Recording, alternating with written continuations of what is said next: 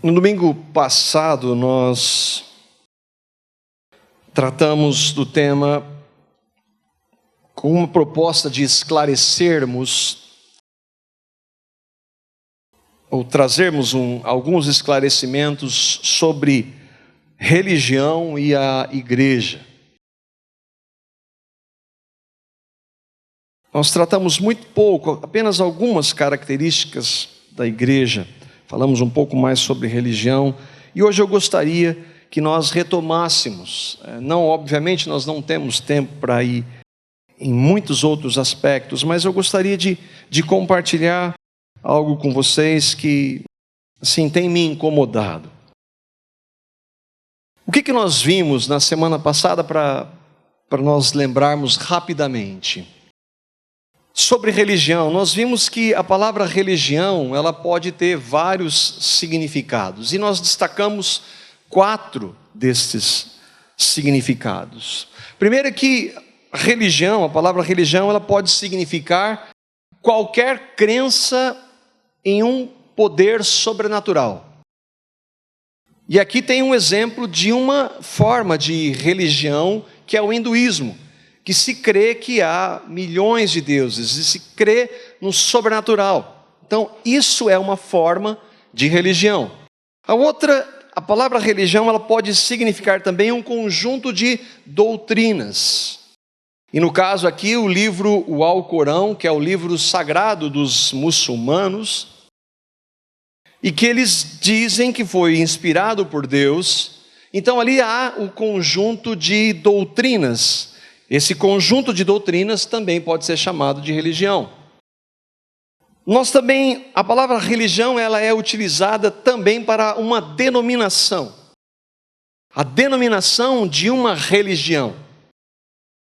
E aqui, no caso, o catolicismo, ele é uma denominação do chamado cristianismo. E esse é um termo que nós sempre usamos aqui, ou sempre abordamos, é que a religião, ela também pode significar a crença de que nós precisamos fazer algo para receber o favor de Deus. E esse é o ponto que nós normalmente criticamos em relação à religião. O que nós vimos também é que há um lado positivo na palavra. Nós sempre, normalmente, mostramos o lado negativo, mas há um lado positivo da palavra religião. E o primeiro é que esse lado de crer em um poder sobrenatural. Os cristãos creem em um poder sobrenatural, a saber, o Deus da Bíblia. Há outro aspecto da religião é um conjunto de doutrinas, e nós cremos em doutrinas que são as doutrinas ou a doutrina dos apóstolos descrita na Escritura, ou todas as doutrinas descritas na Bíblia.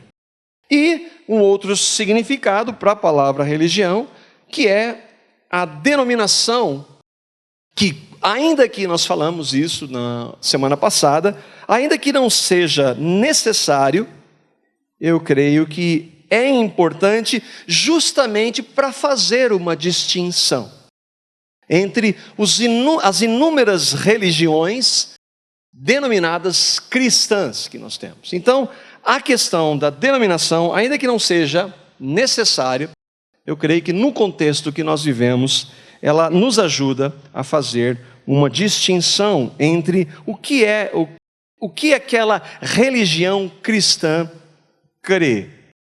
O erro da religião que nós sempre enfatizamos é que quando uma pessoa entende que ela deve fazer algo, ou que ela pode fazer algo para receber de Deus a salvação, então esse entendimento está errado em relação à religião. Por exemplo, se você achar que você tem que ir todo domingo em um determinado espaço, para que com isso você vai aplacar a ira de Deus, ou Deus vai considerar um número de vezes que você foi a uma determinada religião na sua vida.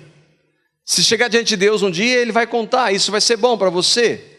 Ou quando você ouviu que mentira é pecado e você tentou parar de mentir e você acha que isso conta diante de Deus. Ou você não mais adulterar, ou você trazer dízimos e ofertas, ou você cantar, fazer alguma coisa, ou deixar de fazer alguma coisa, parar de fumar ou parar de se embriagar, por exemplo.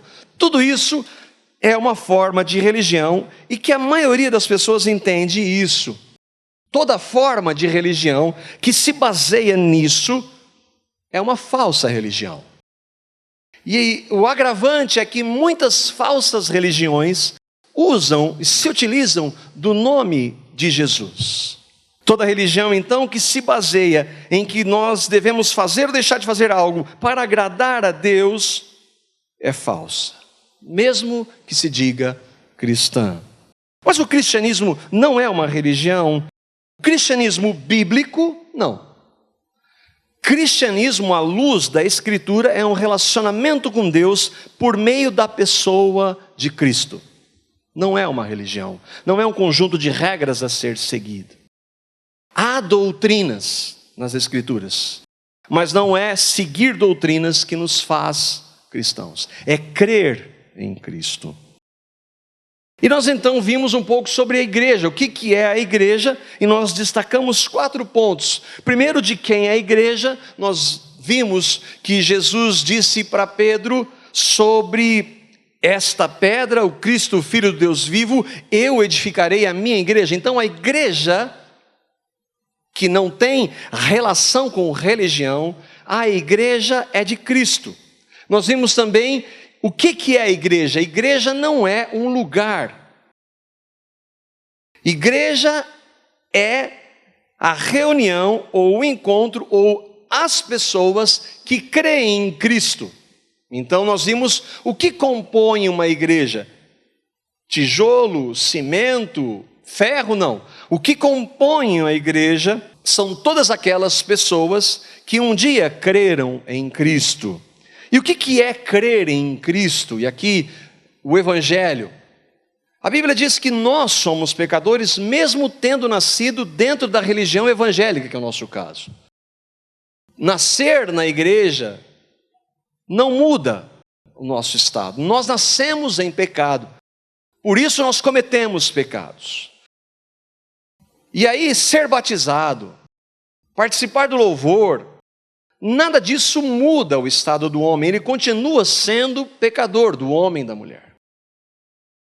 Mas a Bíblia diz que Deus amou pecadores, amou o mundo, pecadores, de tal maneira que deu o seu Filho Jesus, para que todo aquele que nele crê não pereça, mas tenha vida eterna. Aqueles que recebem a Cristo, e note que isso não tem nada a ver com religião, não está dizendo, aqueles que começam a fazer isso, ou param de fazer isso, não, aqueles que nele creem em Cristo, não perecerão, recebem a vida eterna, nascem de novo, são convertidos, passam a ser filhos de Deus, passam a ser igreja de Deus.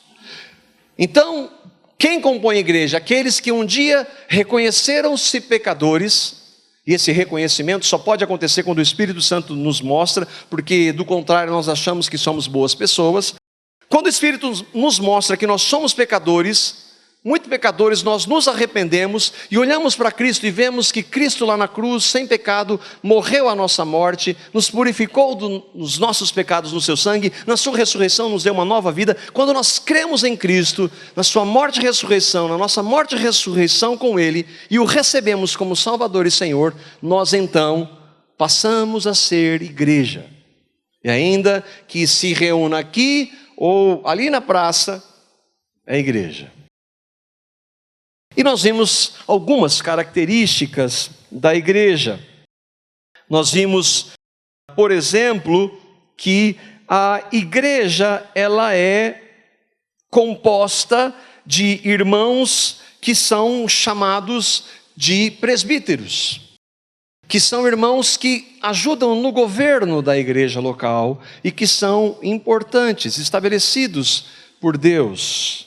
Nós vimos que algumas críticas que se fazem por exemplo, a questão das denominações, e nós vamos ver um pouquinho mais sobre isso.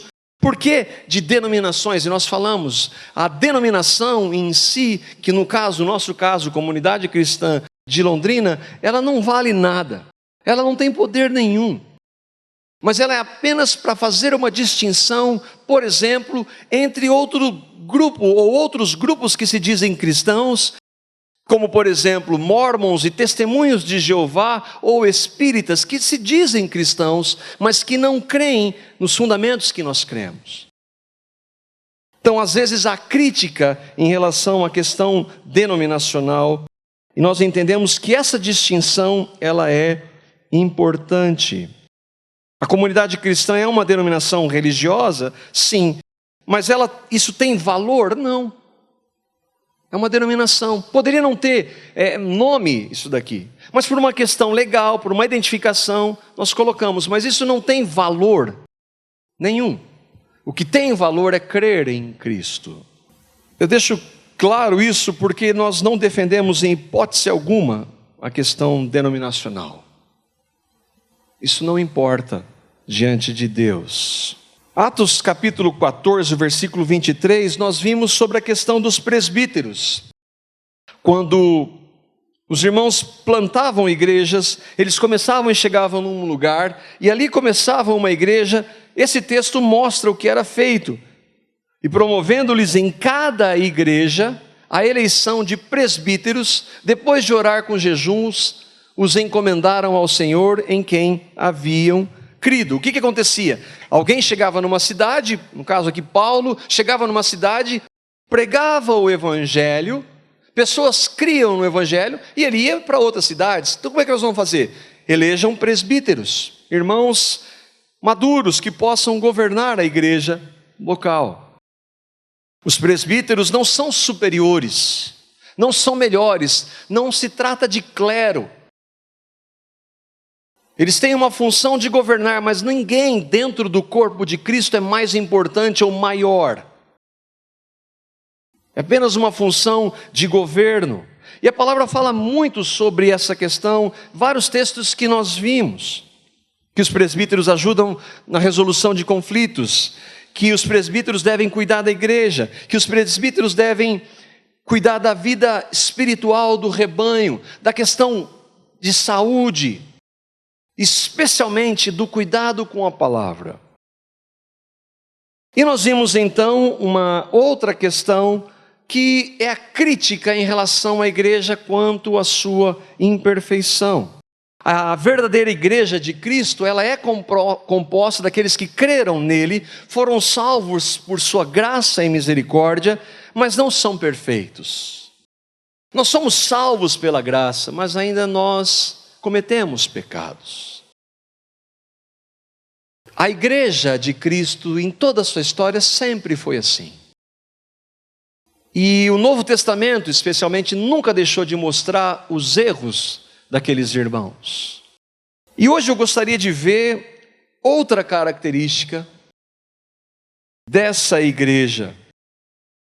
Primeiro que, conquanto haja locais diferentes, grupos que se reúnam em lugares diferentes, aqui em Londrina e outras cidades, outros estados, outros países, a igreja de Cristo, ela é uma só. E ainda que haja nomes, às vezes, placas diferentes, a igreja de Cristo é uma só. Paulo escreve isso aos irmãos que se reuniam na cidade de Corinto. No capítulo 12, no primeiro carta de Paulo aos Coríntios, no capítulo 12, Paulo deixa claro que só há uma igreja.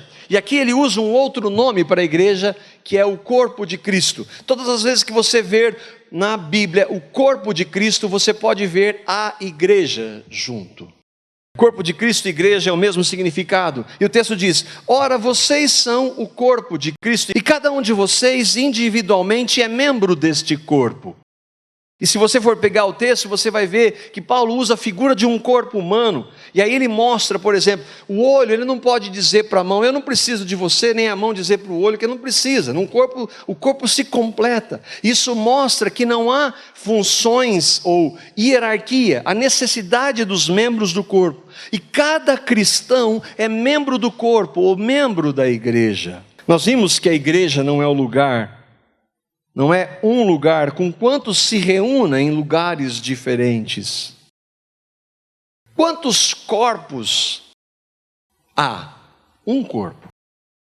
Paulo vai dizer isso no capítulo 4 de Efésios, nos versículos 4 a 6, e aqui nós vamos nos ater a esse texto e ver a importância e o que distingue a verdadeira igreja. Efésios capítulo 4, os versículos 4 a 6, Paulo diz, e aqui eu quero destacar, um só corpo, que é a igreja. Ele diz assim, tá aí, olha só, ele falou para os irmãos de Corinto, vocês são corpo. E aí ele fala para os irmãos de Éfeso, uma outra cidade, vocês há um só corpo, o corpo de Cristo. E ele diz lá então, há um só corpo e um só Espírito, como também fostes chamados em uma só esperança da vossa vocação. Um só Senhor, uma só fé, um só batismo, um só Deus e Pai de todos, o qual é sobre todos e por todos e em todos vós. Um só corpo, uma só igreja que se reúne e sempre se reuniu em vários lugares. Só há uma igreja. E aqui, diante desta verdade que é inegociável, vem uma outra crítica que é feita. Se é um só Deus, não é um só Deus? Se é um só Deus, e é uma só igreja, por que há tantas divisões, denominações, placas, confissões e teologias? Por que há tantas diferenças? Não é uma igreja só? Por que não tem todos uma mesma placa ou placa nenhuma? Por que todos não têm as mesmas práticas? Por que todos não creem da mesma forma em determinados textos bíblicos? E aí vem uma crítica, essa igreja é uma igreja dividida. Jesus inclusive orou pela unidade da igreja, em João no capítulo 17, versículo 21. E olha como Jesus clama por aqueles, naquela época, e o texto diz também, eu clamo por aqueles que virão a crer em mim. Então isso, eu e você se cremos, Jesus estava orando por nós. E ele diz assim, rogo, Jesus orando ao Pai, para que todos sejam um, como tu, ó Pai, o és em mim, e eu em ti, e que também eles sejam um em nós, para que o mundo creia que tu me enviaste. É inquestionável isso, não? Rogo, Pai, Jesus, Deus Filho, orando ao Deus Pai, que eles sejam um como nós. Nós, a Trindade, um relacionamento eterno e perfeito. E Ele está pedindo por nós, todos quem? Todos os cristãos que fazem parte da igreja, todos sejam um. Por que isso não acontece? E existe uma proposta hoje para que isso aconteça. Essa proposta chama-se ecumenismo. Eu queria ver com você o significado dela. Ecumenismo é um termo que mostra os esforços em favor da unidade entre igrejas cristãs, podendo designar, inclusive, a busca da unidade entre religiões, fora da cristandade. Isso está acontecendo hoje? Sim, isso acontece hoje. Há um tempo atrás, há 2 anos, um bispo chamado Tony Palmer, um bispo anglicano, começou um trabalho de tentativa de unidade entre as igrejas, denominações cristãs, dos mais diversos segmentos. E esse bispo, ele é amigo, ou era amigo pessoal do Papa Francisco. E apresentou a proposta para ele. E esse Tony Palmer chega um dia então e vai a uma igreja evangélica nos Estados Unidos. E eu queria ver com você esse vídeo que mostra a reunião nessa igreja. Let me explain. If you look carefully, the spirit of Elijah was on John the Baptist to turn the hearts of the sons to the fathers. And I've understood that the spirit of Elijah is the spirit of reconciliation, to return hearts to each other. We know that the first 1,000 years there was one church, it was called the Catholic Church, and the word Catholic means universal, it doesn't mean Roman. Catholic means, if you're born again, raise your hand if you're born again. You're a Catholic. We are Catholics. And then there was the split at the end of the first millennium. We had the Orthodox, East and West, 2 churches. Then 500 years later, we have Luther and his protest. 3 churches in 1,500 years. 3 denominations, not 3 churches. And then, from Luther's protest onwards, 33,000 new denominations. He said, and I give them the glory, pragmatic reason, so that they may be one. It's the glory that glues us together, not the doctrines. Because I challenge my Protestant pastor friends, if there is no more protest, how can there be all Catholics again? But we are Reformed. We are Catholic in the universal sense. We are not protesting the doctrine of salvation by the Catholic Church anymore. We know. Glory to the Father. Amen.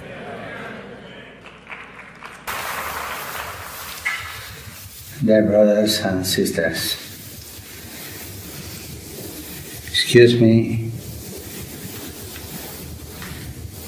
because I speak in Italian, but I am not speaking English. But I will speak no Italian, no English, but carefully. Non ho trovato mai che il Signore abbia incominciato un miracolo senza finirlo bene. Lui finirà bene questo miracolo dell'unità. Io di benedirmi e io vi benedico, di fratello a fratello. Un abbraccio. Grazie.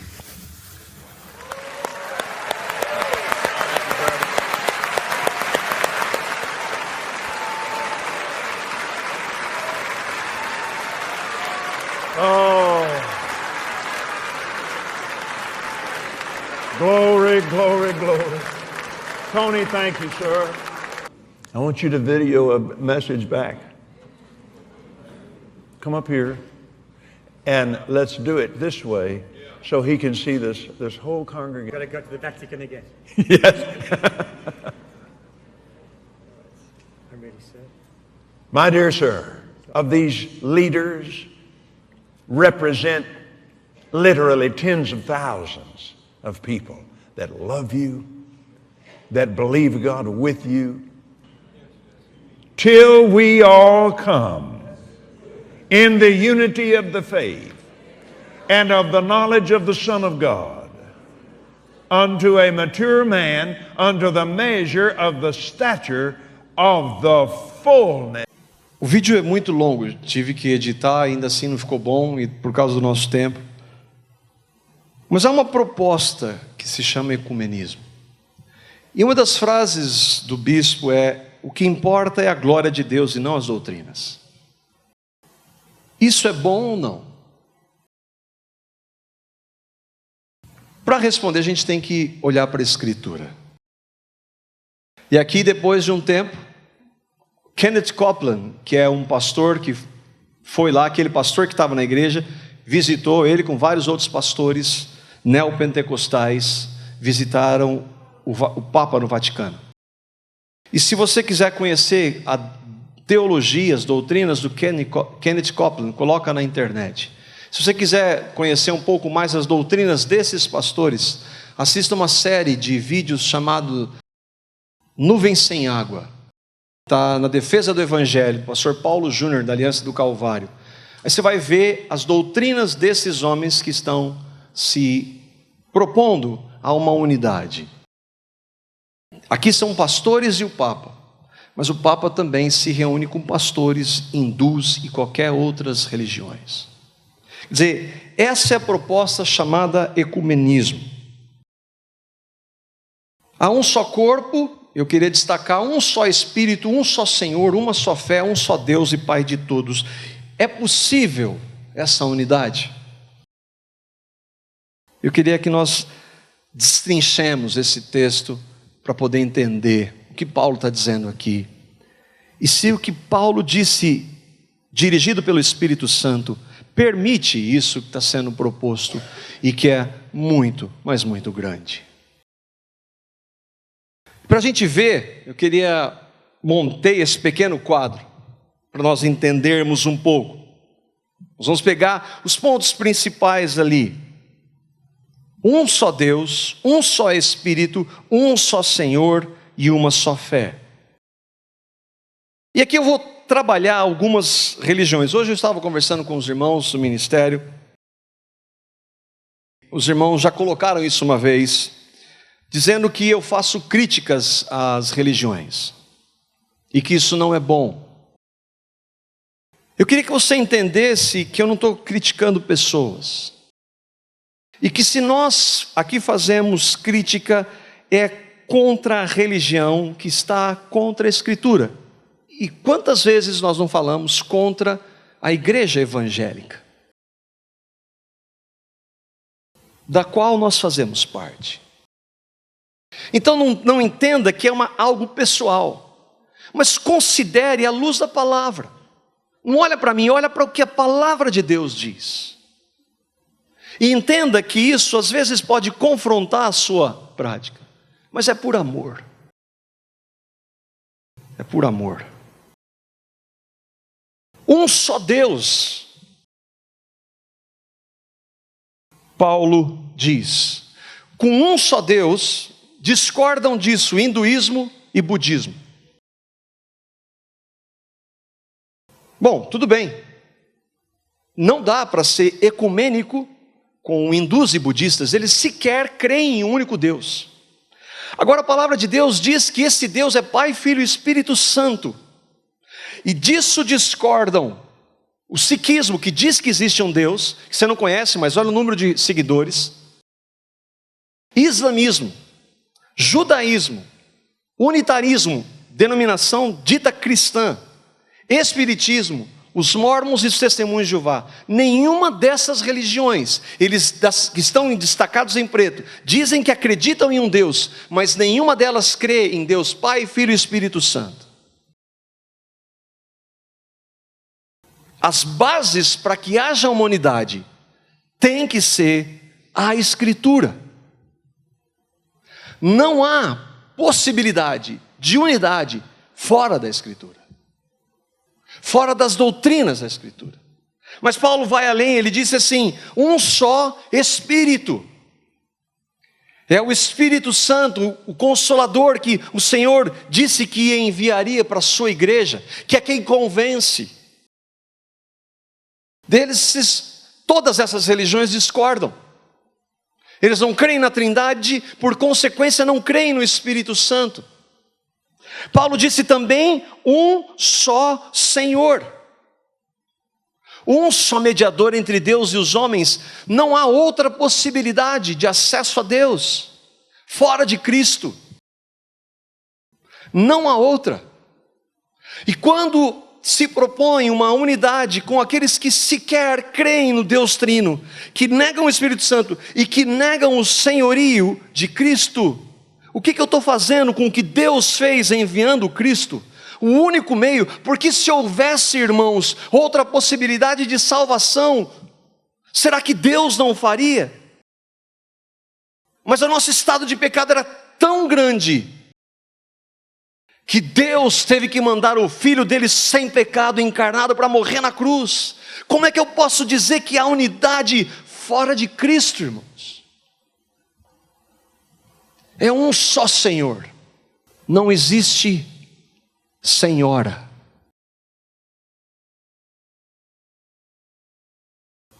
Mas aí ofende. Irmãos, eu fui católico. Eu me ajoelhava diante de uma imagem desse tamanho. Eu pedia para aquilo lá.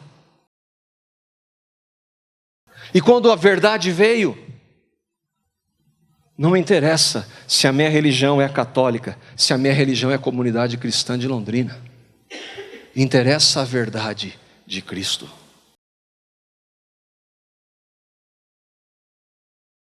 Há um só Senhor, Cristo. Discordam desses todos os outros. Mas o mais importante, irmãos, é essa uma só fé. Porque uma só fé rege todos os outros. É essa uma só fé que determina todos os outros. E essa só fé está onde? Na Escritura. Na palavra de Deus. A única regra de fé.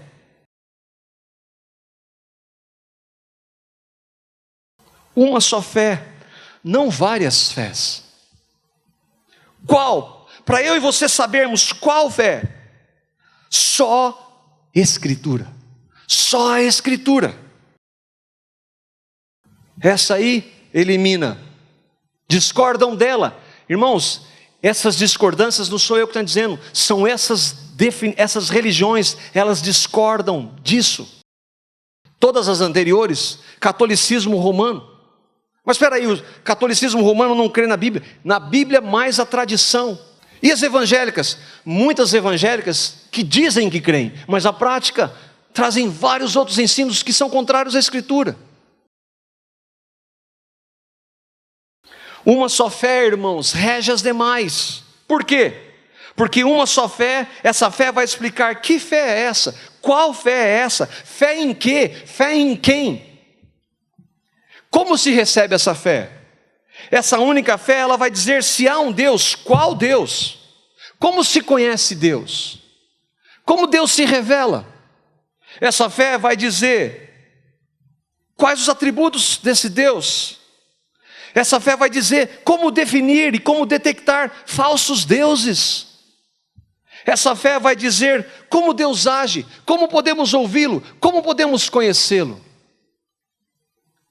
Essa uma só fé vai desmascarar aqueles que não creem no Senhor. Quem é o Senhor? O que significa ser Senhor? Sem essa base, não há um só corpo. Sem essa base, não há um só corpo. Lembra que Jesus orou pela unidade? Jesus orou no versículo 21 do capítulo 17 de João, que eles sejam um. Mas sabe qual o critério para ser um? Ele falou no versículo 17, e que nós lemos semana passada: santifica-os na verdade, a tua palavra é a verdade. Não há unidade fora da verdade descrita na Escritura. O discurso, irmãos, é lindo, mas o discurso do diabo lá no Éden também foi. Sabe qual é o resumo de uma só fé? A doutrina dos apóstolos. Só a Escritura, só Cristo, só a fé, só a graça, só a Deus a glória. Fora disso, mesmo que se use o nome de Jesus, não há unidade, não é igreja. Você viu que entre os que discordam há muitas igrejas evangélicas. E nós falamos isso sempre. Mas por quê? Não são irmãos? Não sei. O que eles creem? Ouçam esse pastor que está promovendo isso, ouça o que ele prega. Eu coloquei muitas igrejas evangélicas para incluir a nossa religião. Porque se nós não ficarmos firmes na palavra, nós também estamos sujeitos a ser enganados. Para dizer que há muito tempo, irmãos, tristemente a igreja evangélica protestante, a que protestou e que muitos irmãos nossos morreram por amor a Cristo, por causa dessa base só a Escritura. Isso deixou de ser verdade. Hoje tem revelação de tudo quanto é tipo, profecia de tudo quanto é tipo. E já não estou falando mais de nenhuma outra religião, estou falando da igreja evangélica da qual eu e você fazemos parte. Por que coloquei outras igrejas evangélicas? Para que o Senhor nos dê discernimento, irmãos. Discernimento. Discernimento é entender, não é falar amém para tudo, não é abraçar tudo porque se diz em nome de Jesus, porque se reúne num lugar que se diz igreja evangélica. Não. A começar por nós, aqui. Se nós trouxermos algo contra a Escritura, rejeite. Mas há, pela graça de Deus somente, pela misericórdia dele, sempre houve um remanescente. Aqueles que perseveram, são pecadores, mas perseveram, capacitados por Cristo, até o fim. Eu espero que pela graça nós façamos e sejamos parte disso. Como há muitos irmãos de várias denominações, em vários lugares do mundo, há irmãos batalhando pela fé que uma vez foi dada por nós. Mas há muitos e muitos que têm se perdido. E eu queria terminar lendo esse texto de 1 Coríntios, no capítulo 1, versículos 10 a 13. Nós estamos falando das questões, das diferenças, das denominações. Jesus orou pela unidade. Paulo também pediu aos irmãos que houvesse unidade. 1 Coríntios capítulo 1, versículos 10 a 13. Paulo diz, rogo-vos, lembra que Jesus disse para o Pai, eu rogo por eles. Rogo-vos, porém, irmãos, pelo nome de nosso Senhor Jesus Cristo, que digais todos uma mesma coisa, e que não haja entre vós dissensões. Antes, sejais unidos em um mesmo pensamento, em um mesmo parecer. E aí ele explica por que ele está escrevendo isso. Ele diz, meus irmãos, eu fui informado por alguns da casa de Cloe que há divisões entre vocês. Com isso eu quero dizer que cada um de vocês afirma, eu sou de Paulo, eu sou de Apolo, eu sou de Pedro, eu sou de Cristo. Acaso Cristo está dividido? Foi Paulo crucificado em favor de vocês? Foram vocês batizados em nome de Paulo? O que nós aprendemos com essa exortação? Primeiro que Paulo está escrevendo a irmãos em Cristo. Ele diz que foi informado que havia divisões, dissensões, na igreja lá em Corinto.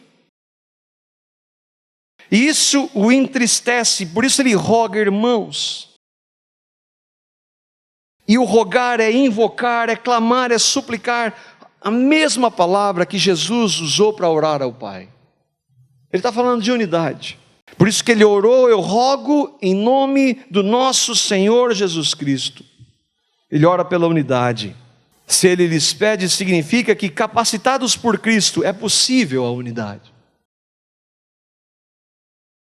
Mas irmãos, não é a unidade a qualquer custo. Ele está falando para falar a mesma coisa. É uma só fé, um só Deus, um só Senhor. Um só Espírito. Vamos abraçar. Por que ele não chegou no Areópago quando ele foi pregar? E tinha aquele monte de religião. Vamos fazer todo mundo junto aqui, é uma coisa só. Porque isso nega a Cristo.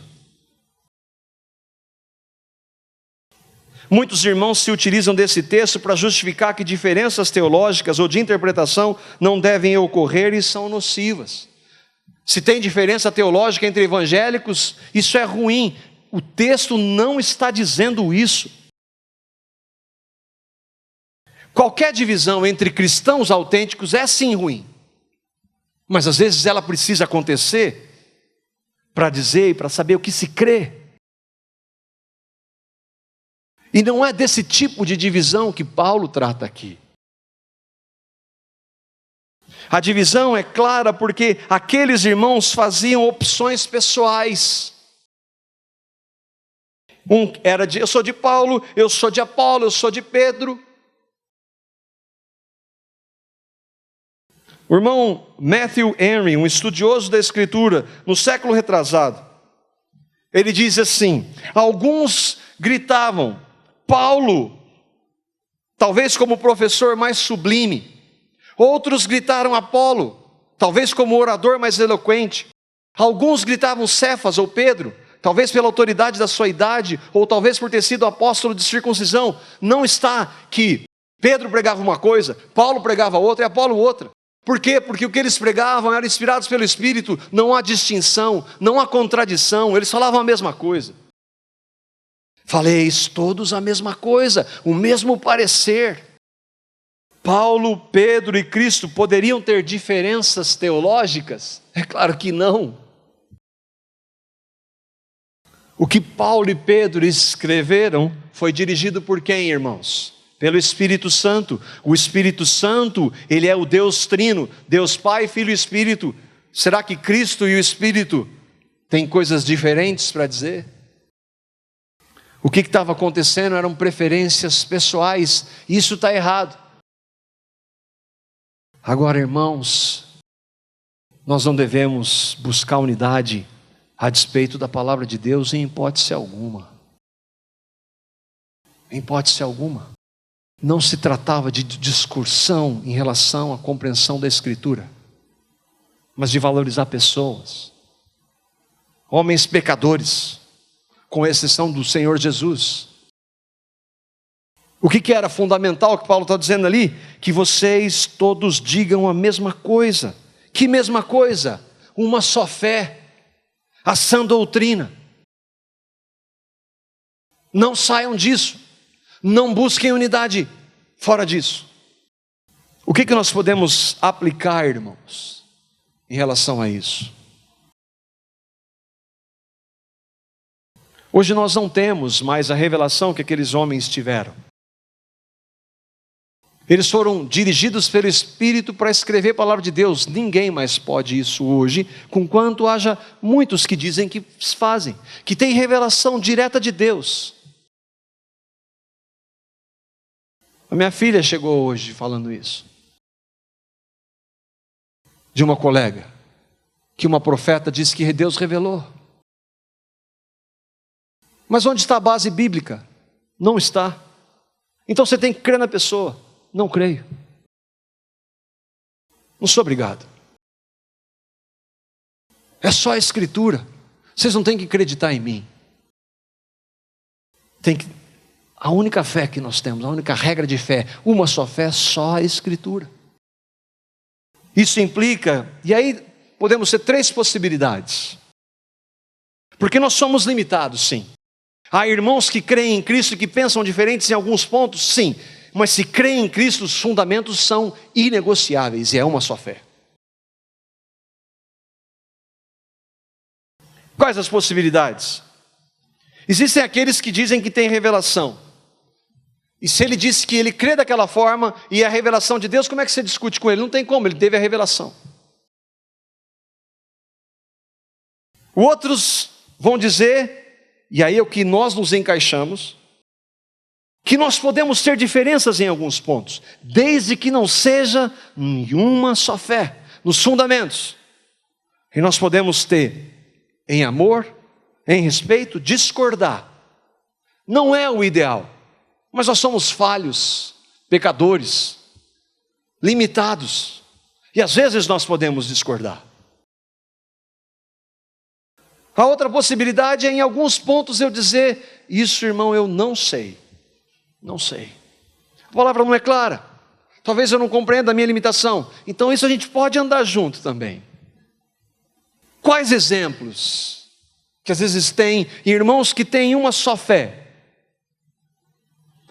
Eclesiologia, o que é? Como a igreja se reúne, forma de governo. Pode haver diferença nisso? Pode. Isso abala a uma só fé? Não. Escatologia, o estudo da volta de Cristo. Irmãos que creem nessa uma só fé podem discordar disso. Nós somos limitados, podemos respeitar. Batismo. Imersão ou aspersão? Nós podemos discordar. Isso é relevante? É uma só fé? Aquele um só batismo não é o batismo nas águas, é o batismo na morte com Cristo. Um só batismo é o batismo em Cristo, não é o batismo nas águas. Nós podemos discordar em relação aos dons? Nós podemos. Se há uma só fé, se há um só Senhor e um só Cristo. Irmãos em Cristo que creem só a Escritura, só a graça, só Cristo, só a fé e só a Deus a glória, podem divergir. Não nesses pontos. Não nesses. Vamos abrir mão do que nós cremos em prol da unidade? Não. Cada cristão deve se colocar diante do seu Senhor com relação a essas questões. Nós temos buscado como comunidade que falemos todos a mesma coisa, sejamos unidos em um mesmo pensamento e um mesmo parecer, para a glória de Deus. Há alguns pontos que nós relevamos, há outros que nós não negociamos. Como é que, você que congrega, ou você que de repente é de outra igreja, o que você vai fazer? Você tem que examinar as Escrituras, e muito, para ver se as coisas são de fato assim. Se alguém me disser que crê em Cristo como seu único Salvador e Senhor, e que essa salvação lhe foi dada de graça, eu vou considerá-lo, ele ou ela, como meu irmão em Cristo. Mas não significa que, por causa disso, nós vamos abrir mão de qualquer ensino que nós temos trazido. Às vezes nós temos diferenças, essas diferenças às vezes causam divisão. Nós queremos estar firmados na Escritura como a igreja de Cristo. Falem todos a mesma coisa, sejam todos unidos em um mesmo pensamento e um mesmo parecer. Que o Senhor nos capacite a viver dessa forma para a honra e para a glória dEle.